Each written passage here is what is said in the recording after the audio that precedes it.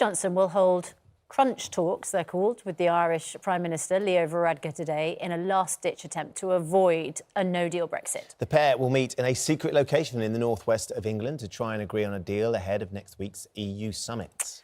Well, one man, no stranger to tough negotiations, is the former Irish Prime Minister, Bertie Ahern, who helped, of course, negotiate the Good Friday Agreement. And he joins us now from Dublin. Mr. Ahern, it's good to talk to you this morning. Good Friday Agreement is the thing which was hard won by you and the Prime Minister of the UK at the time, Tony Blair, and is thought to be at stake right now. It's almost like this is the final issue. This is the piece in the puzzle for Brexit that just nobody can sort. Why are the current proposals so threatening to the Good Friday Agreement? Well, the difficulty is that the current proposals will definitely create a border across Ireland. Whether it's a little bit up or a little bit down, I think is immaterial. Right through the negotiations for 3 years now, over 3 years, the effort was to try and make sure that there was a frictionless border, as there's been for the last almost 30 years now. I think one thing that's forgotten, I think, a lot in the debate is that it wasn't the Good Friday Agreement that got rid of the border.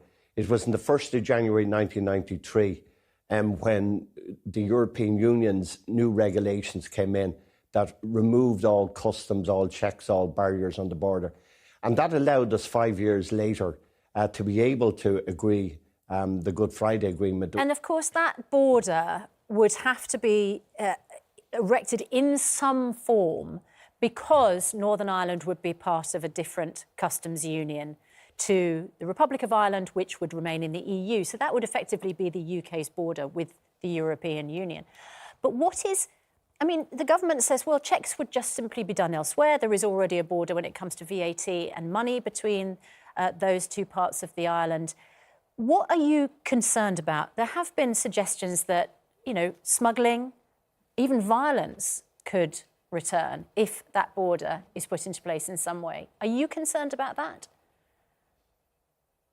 I am, yes. I mean, hopefully we would not go back to that, but there is a fear, and I'd have to say that fear has grown more and more over the last few years. I mean, we know there's dissident activity. We know they've been recruiting. We know that there's been some events even last weekend that create worry about that. But it is, in some ways, it's not just the psychological issue. I mean, if you operate for over 20 years and you remove the border, and you remember at the time of the Good Friday Agreement, it wasn't just, it was taking the military presence off the border, taking down the watchtowers. I mean, the solution to this, I'm not saying it's an easy solution because all the good minds have been working on this, and I know people have worked hard and I know people have made concessions. But the reality is, if there was one customs union on the island of Ireland, you wouldn't require checks. It wouldn't be the border that is the border between the European Union and Britain.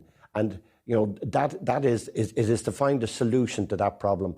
I don't expect that the Prime Minister and the Taoiseach will do that today, but it's good that they're meeting because you know someday we're going to have to find a set of arrangements and a set of rules that eliminates the possibility of a border again. That's the frustration, isn't it? Because as Susanna said at the start, it's the piece in the puzzle that no one can quite fit, no one can quite get it to slot in, that hopefully would be the answer to everything.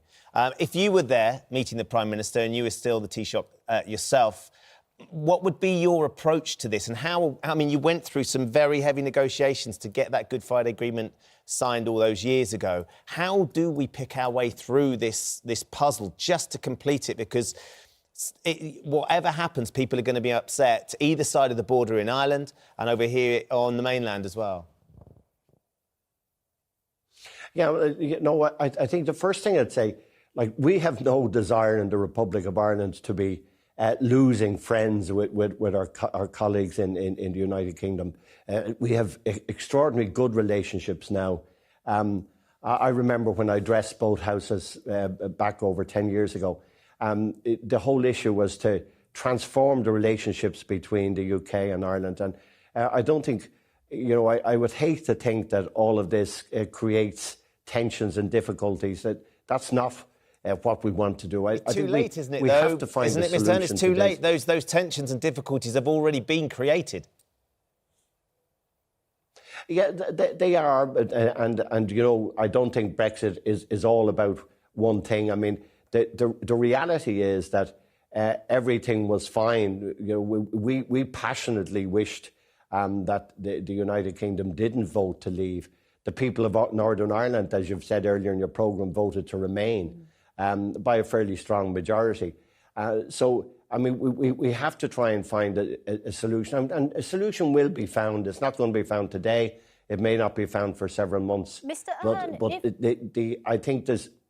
Sorry, I was just going to say, if a solution is not found, for instance, today, and the Prime Minister has said, Boris Johnson has said, he will come out on October the 31st, do or die, and there is a no-deal Brexit somehow, what effect would that have on the Republic of Ireland? It's not in Ireland's interest, is it? I mean, no, it's definitely not in Ireland's interest. And straight away we bring in tariffs. I mean, we'd have the ludicrous situation that if you have something on one side of the border and it comes south, there'll be tariffs put on those goods. And if something goes the other way, there will be tariffs. So it is bringing tariffs into, and the tariffs are, it's not as bad as the border because the border is something we don't want to go back to. But if you move something 10 miles down the road, you put maybe a 20 or 25% tariff onto those goods. It'll make business uncompetitive. It'll affect investment. It'll affect normal business life. So there are huge consequences to this. And, I'd remind again your listeners, we had found a solution to this. Back in December 2017, there was an agreement done with Theresa May's government that would have prevented this issue. And it was the removal of that has created this position. We had worked out what is called the backstop. I don't like the name, but it is effectively a customs union. And we had, agreed on that. Yeah. So it is the reneging on that agreement of Christmas 2017 that has put us in this position. Well, and that, unfortunately... the trouble is, Mr. Ahern, of course, they couldn't get it through Parliament. So you might have thought it was the solution. But, I mean, democracy requires that it goes through Parliament as well, doesn't it?